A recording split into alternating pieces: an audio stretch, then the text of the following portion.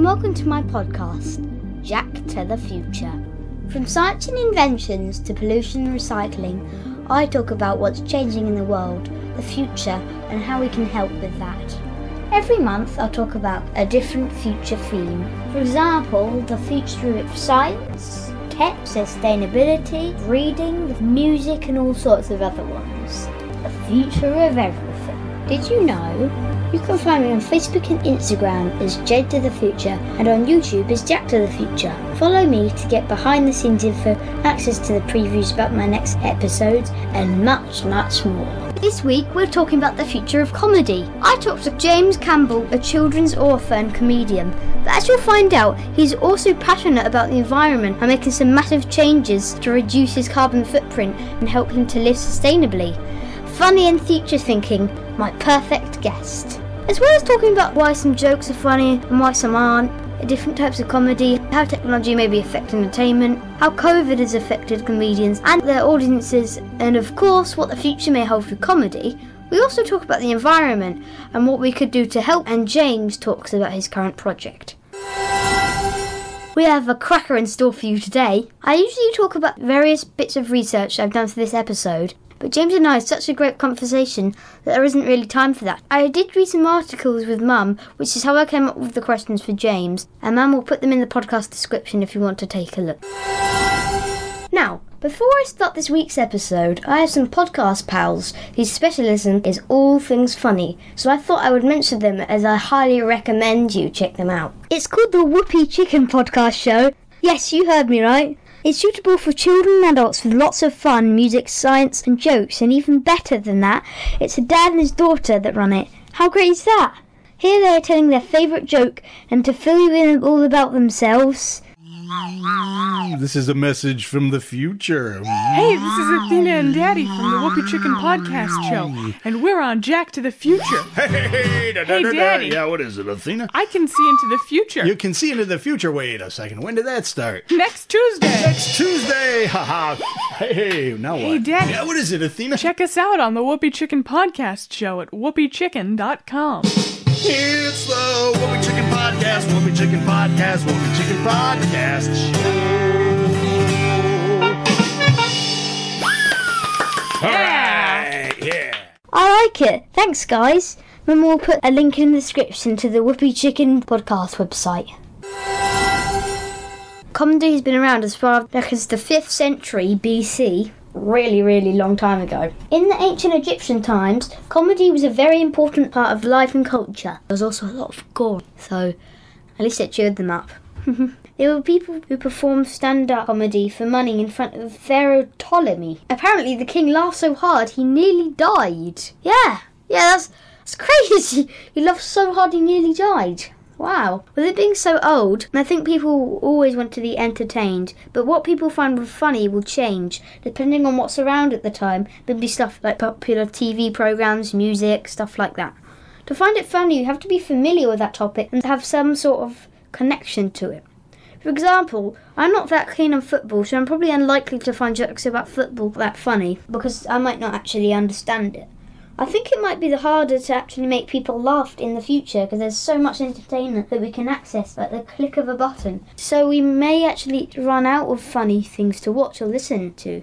Maybe. But just doing it manually and making jokes and things might disappear.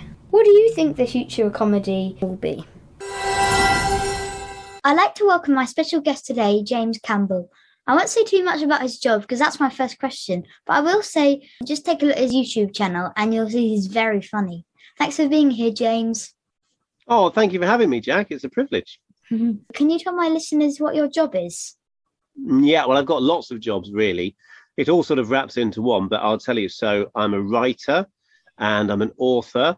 I don't know what the difference is between a writer and an author, but I'm both. Who cares? But I'm also a storyteller and a comedian, but not a chameleon. People do get confused sometimes. I don't change colour. No. And I write plays, and I'm a lollipop lady. Those are my basic.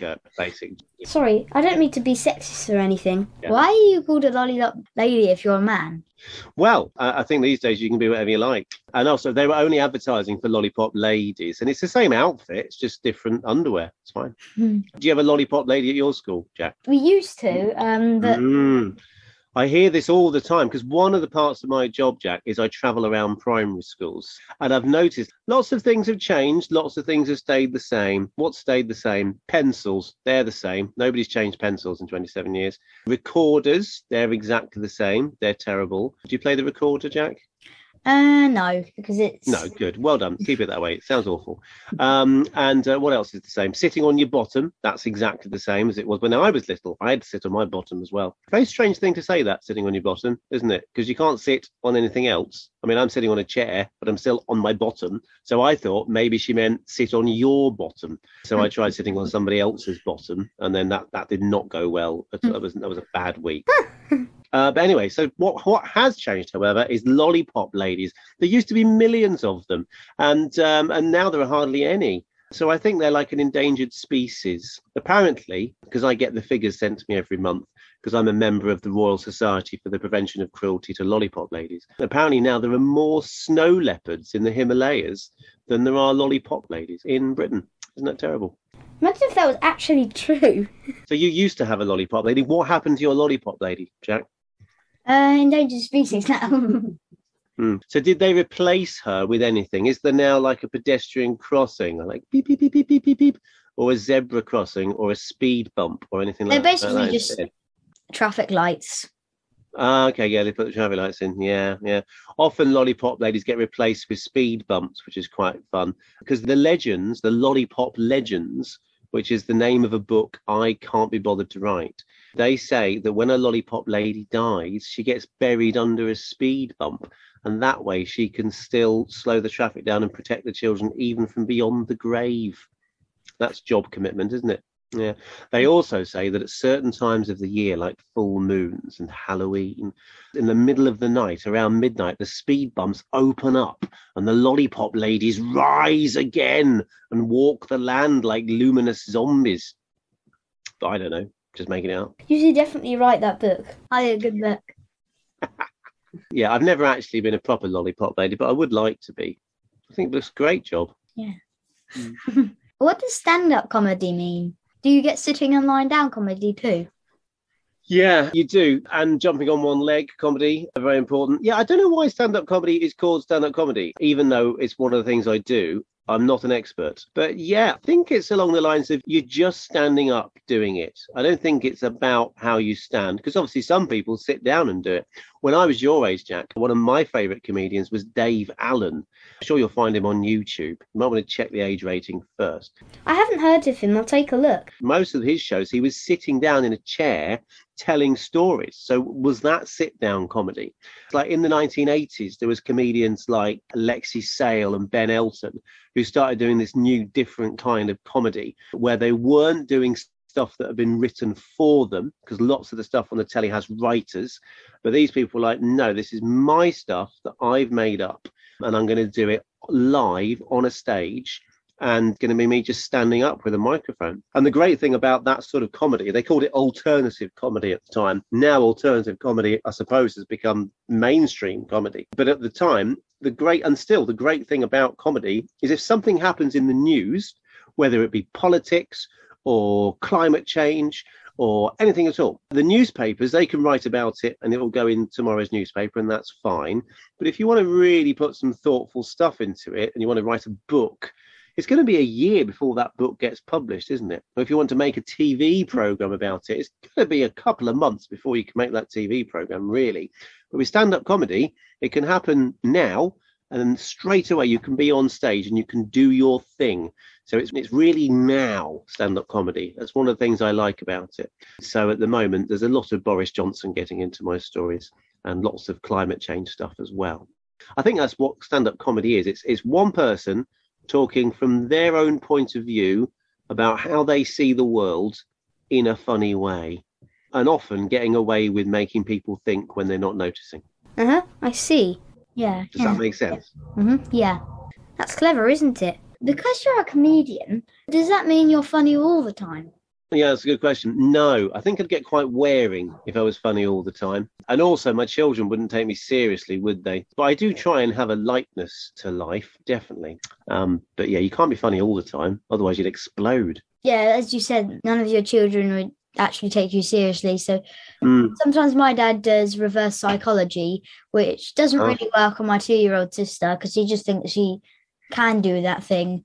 What do you mean by reverse psychology?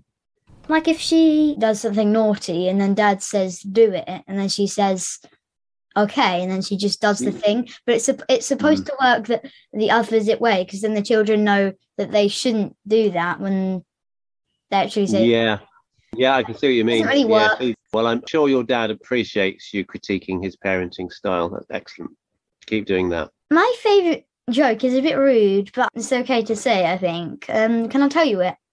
Yeah, go on, let's risk it. What could possibly go wrong? Knock, knock. Who's there? Europe. Europe who? No, Europe who.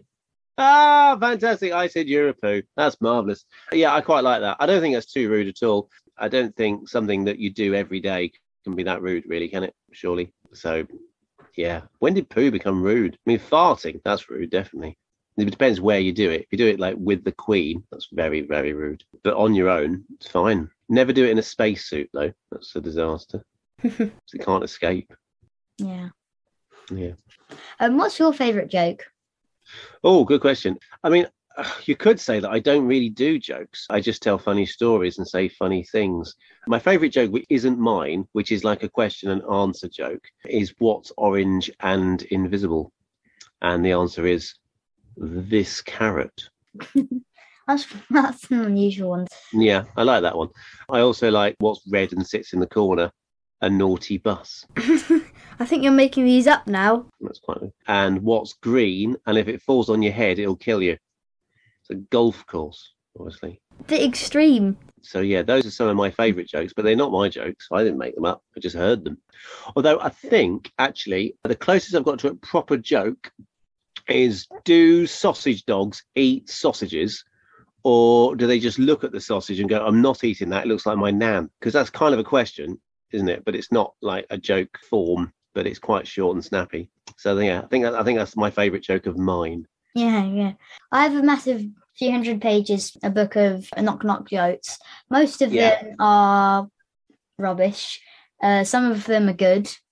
And some of them are great, but most of them are rubbish because... I mean, they're all the same jokes, just going round and round in circles. But it's important. I remember going through a phase of having joke books and people buying me joke books, and I would sit and memorise these jokes, most of the time trying to work out why they were funny or what I didn't understand them. So I think that's quite useful in terms of learning how jokes work. When I was little, I lived with my grandparents for a while, and they ran a restaurant.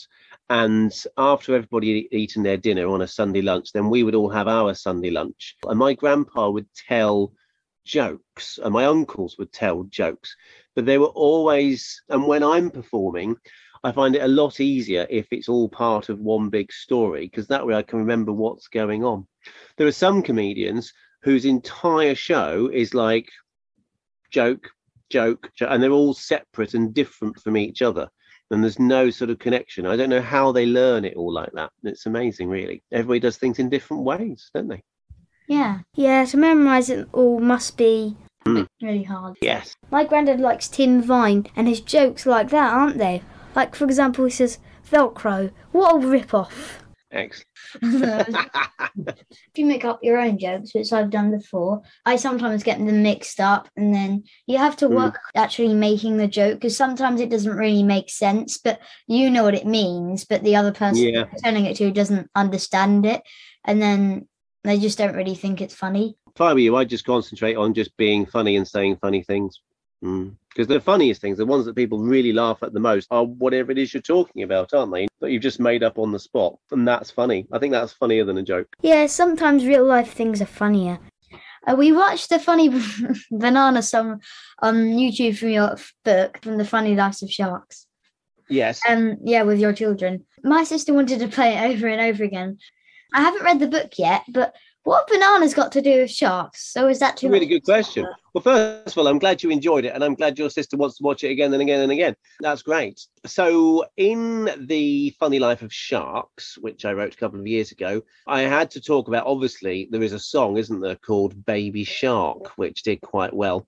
So I felt I had to mention that song. And obviously, it's quite famous as being one of the most annoying songs in the world. Yeah, that's why I hate it. Yeah, absolutely. Everybody hates I it. don't You either love it or hate it. And so you love it while you're a small child, and then you hate it.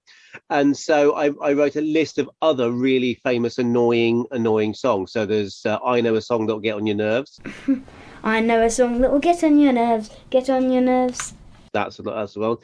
There's the frog song, the crazy frog song. Ding ding ba ding ding ding ding ding ding. That's on that list as well. And then I just made a few up. And I said the Angry Banana song. And as I wrote it, I thought, oh, yeah, this would be great because there is no Angry Banana song, but I'll make an Angry Banana song. And the book, The Funny Life of Sharks, came out. It was published in either May or June of 2020, which, of course, the whole world was in lockdown then. So normally when a new book comes out, I'm going around schools, I'm talking about it, I'm doing events, I'm doing festivals. People are buying the book. People are getting excited about the book. In lockdown, I couldn't do any of that. So I did a Facebook launch, which lots of people came to, which was great. And so I decided that I need to do something to help promote the book. And so I thought, I'll write that song and we'll make it. So I made it up. And then my brother is a very talented musician. And so I sang it down the phone to him and he went, okay, I can do that. And then he put all the music together. And then I did the vocals, the song. And then I filmed some stuff in the garden with my children and myself. And then my brother edited that all together and put the music on top and made the video. And I love it. I really like the Angry Banana song. I haven't watched it for ages, actually. I should probably have another look. And maybe we should make some more songs too. I think you should do more songs. They're funny and catchy. I'll put the link the Angry Banana song video and a link to where you can buy James's book in the podcast description. But that's the story behind that, and that's what bananas have got to do with sharks. Nothing. But there are lots of bananas in my book. So The Funny Life of Teachers, for example, talks about always having an emergency banana on you. You should always have an emergency banana. Whenever I visit schools, I always carry an emergency banana. There's lots of emergencies that a banana can help you with. The main one is you're hungry and you want a banana. That's mainly what I use them for. But you can also use them as makeshift telephones. And if you're being chased by a baddie, then you can open the banana, eat the banana, throw the skin behind you, and hopefully the baddie will slip on the banana skin. In my boy face books, if you look at the cover of one of my boy face books, you'll notice that the C of boy face is a magnet and there's a banana on the top. And then if you very slowly and carefully turn the book upside down, you'll notice that the banana doesn't fall off, which demonstrates that it is a magnetic banana. I know you're joking, but seriously, I've definitely seen something on YouTube. I think it's something to do with all the fibres inside the banana, but if you put banana on a magnet, it sticks. But then that's probably not real either. I tried to do it with other fruit before. I've got a magnet and put the fruit on it. It didn't really work.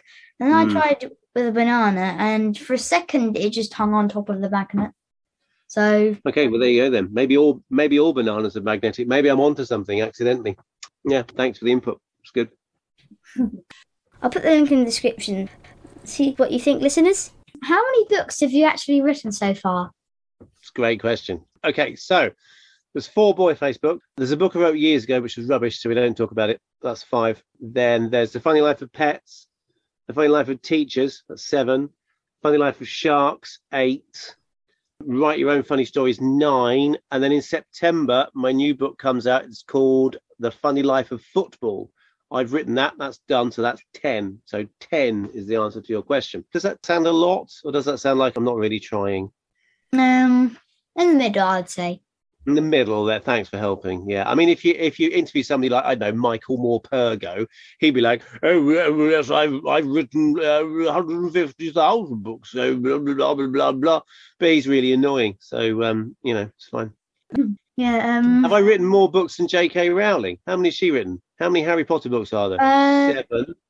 I think it'll be like eight films, but there were 7 books. There you go. So I've written more books than J.K. Rowling then. So that's sorted. Before she got famous, she used to insist on parking her van outside my house. It was really annoying. Couldn't get any sunlight. She was doing it deliberately just to annoy me. Ugh. Cressida Cowell, she used to park in my parking space just to wind me up. They're all at it. But Michael Morpurgo, he's the worst. Sometimes he comes round to my house in the middle of the night, like 3 o'clock in the morning, stands in the back garden, throws stones at the bedroom window. And my other half, she's like jabs me in the ribs and goes, James, there's somebody in the garden. I'm like, who? What? And I open up the curtain. There's Michael Morpurgo standing there in the moonlight in his red trousers and nothing else. Ginger chest hair glinting away. And I'm like, what do you want, Michael? What's your problem? And he goes, I've written more books than you. I've written blah, blah, blah, blah. And then he just melts away into the shrubbery from where he came. It's terrifying. I don't really know what to say to that, to be honest. It's such a mad story. It might actually be true. I think 10 is a great amount of books. Very impressive. I could buy my teacher The Secret Life of Teachers book. Sometimes some of the books, they're a bit inappropriate, sort of funny. But not actually. Yeah, just some of the time they might get told off for putting such a silly thing. Yeah, you're absolutely on the money there, Jack. It says at the beginning of The Funny Life of Teachers, do not let teachers read this book. Okay, definitely not then. In fact, if you see a teacher with my book, then get it off them immediately. The best thing to do is to distract them by saying something like, oh, look, biscuits.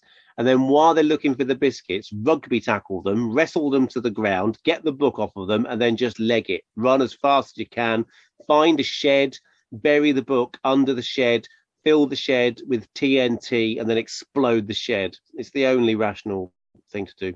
So, yeah, don't get it for your teacher. It's a terrible idea. Yeah. I find that when we tell each other jokes at school, nobody really properly laughs. They just kind of fake laugh. Do you think that because of technology and on-demand entertainment like YouTube and Netflix, that children and adults are harder to entertain nowadays? That's a good question. There's a lot in that question. Okay, so first of all, you're telling jokes at school and you don't think people are laughing properly.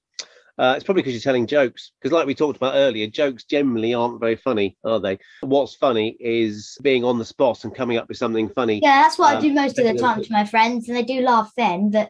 I know your podcast is all about the future, isn't it? Maybe the future of comedy is the death of jokes. Maybe jokes need to stop. What do you think? Yeah, probably. Mm-hmm. Yeah, just be confined to Christmas crackers. And apart from that, you're not allowed to tell them. It could work. But your other question was, are children more difficult to entertain because of things like Netflix and YouTube and all the rest of it? I don't find children more difficult to entertain. I think children are more grateful for proper entertainment live on stage, because obviously, you know, films and YouTube and all the rest of it are great, and computer games are, you know, very entertaining, but I don't think they've got as much depth to them. When you're in a room with loads of other people all laughing at the same thing, there's something really important that happens. I'm not sure what that important thing is. But if you think about, well, why do people laugh? Okay, because I don't think other animals laugh. Maybe monkeys laugh. Hyenas? Yeah, I don't think, and it sounds like, you're absolutely right. It sounds like a laugh, but I don't think they're actually going, oh my goodness, that's funny. I think it's just that their call sounds like a bit like a laugh. Yeah. But generally speaking, it's a human thing, laughing. And the reason we do laughing is to show each other that we get the joke. We do it to show each other that we're part of the group. So when you're in a theatre or a comedy club or a festival audience or a school and something funny is happening, you all laugh out loud. Whereas if you're sitting on your own with your headphones on and you're the only person watching a funny YouTube video, you don't tend to laugh out loud because there's nobody else around to see you laughing. So you don't really bother. So I think the two things are different. And I think going to the theatre, seeing live stuff with other people is a really important thing to do. So I think people will always want to do that. And obviously, when you go out to the theatre and you go out and see live stuff, you're not only doing something really, really good for you, you're doing something important. And you're saying, I'm not just going to sit here and watch these Netflix films that you're pumping into my brain. I'm going to go out there and I'm going to watch stuff that makes me think as well as laugh. I think that's why comedy is important. Yeah. I know that wasn't your question, but that was my answer.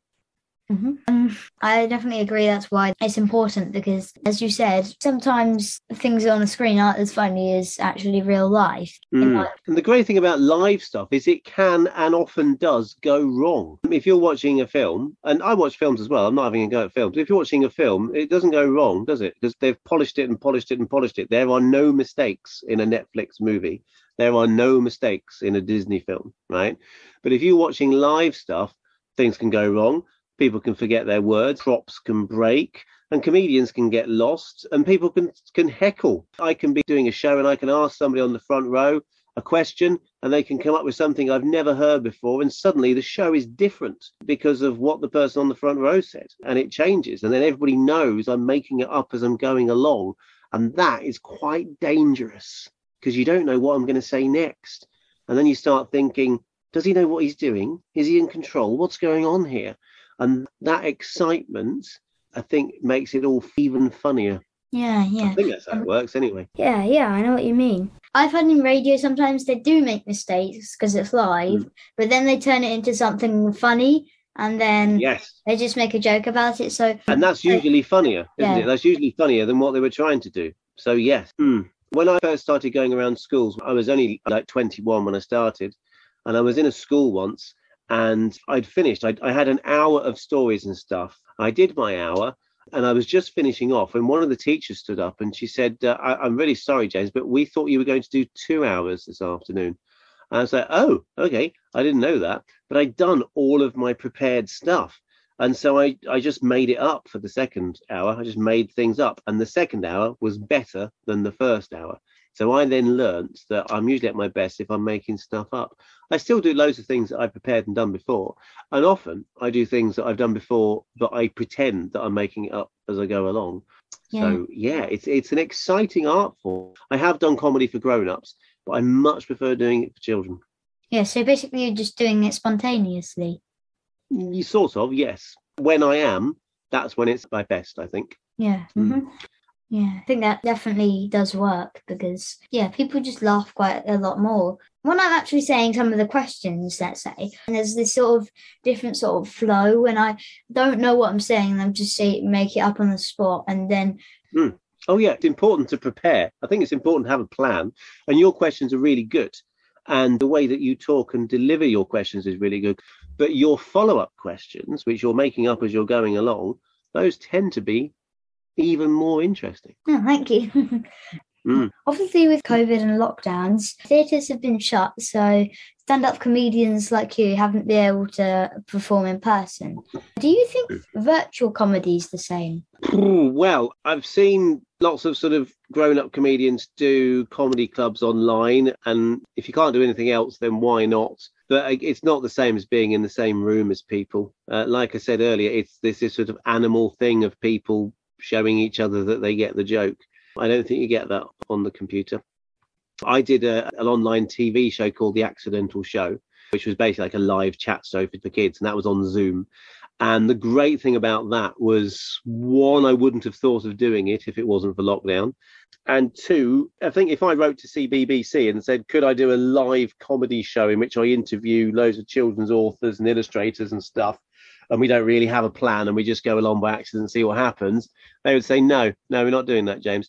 But the great thing about the internet and Zoom is I was able to just make it happen anyway. I just phoned up some of my friends and said, can we do this? And people went, yes, let's do that. So I had lots of fun with that. The great thing about that is I could have guests on the show who are in different parts of the country and different parts of the world. So it does mean that you can bring people together without them actually leaving their house, but it's not as good as being in the same room. Yeah. Kind of the opposite for me, because on the screen right now, I get more relaxed and sort of with it. But when we actually meet that person in person, I sometimes are quite a lot more nervous or shy if I'm actually there. Yeah. So on the one side, it gives you not something to hide behind, but there's a separation there so you can be more relaxed because you know that you're not in the same room as me. But maybe it also means that you're not as involved. By the way, what you just said there is not on your list of questions, and that's the most interesting thing I've heard you say. It's wonderful. Thank you. I think also people who are non-neurotypical. I've got lots of friends who are autistic. My oldest son is autistic. and I've got friends with ADHD as well. And a lot of them say that they would rather be doing this than be in an actual meeting with people. This is easier to cope with if your brain's a little bit different from the typical brain. So that's interesting as well, isn't it? Yeah. Mm. I hear that you drive an electric car, and so you're already thinking about the future. What do you think is the future of funny, say, in 10 years' time? Oh, that's a great question. I do have an electric car. And also I know that having an electric car isn't the answer, because my car still costs lots and lots of water to make and is full of plastic and all the rest of it. And I know that rubber coming off the tyres, microplastics, and every time I brake dust goes into the atmosphere. So having an electric car doesn't mean I can do what I like. But I am also living off grid. So all of my electricity comes from solar or wind. All of my heat comes from wood, which comes from an apple orchard down the road. So it's all stuff that was coming off anyway. I do worry about the planet and what's going to happen. So I think in 10 years' time, I don't know whether people will be worried about comedy clubs. Hopefully, going to a comedy club or a theatre or a festival will be the sort of thing you do after a good day of doing sustainable things. I think we all need to be out there planting trees and clearing beaches and learning how to fit solar panels and things like that. So we all need to be doing these things. Yeah. I don't see a lot of movement in anybody doing that yet. Just a few eccentric people like me. Over the last year, I just thought I'll just experiment, just see how little do you actually need to live? And it turns out that you don't really need a lot. I've just taken over, stewardship is the word I'm looking for, because I don't own it and I don't want to own it.